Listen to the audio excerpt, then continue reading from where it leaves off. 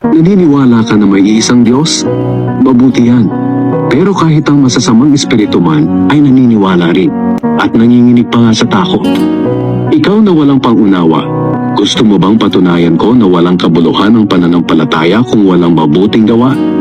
Hindi ba't itinuring na matuwid ng Diyos ang ninuno nating si Abraham dahil sa mabuti niyang gawa?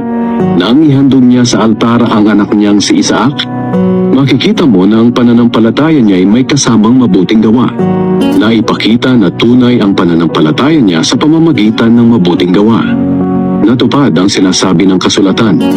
Sumampalataya si Abraham sa Diyos at dahil dito, itinuring siyang matuwid. Tinawag pa nga siyang kaibigan ng Diyos. Dito niyo makikita na itinuturing na matuwid ng Diyos ang tao dahil sa mabuti nitong gawa at hindi dahil sa pananampalataya lamang.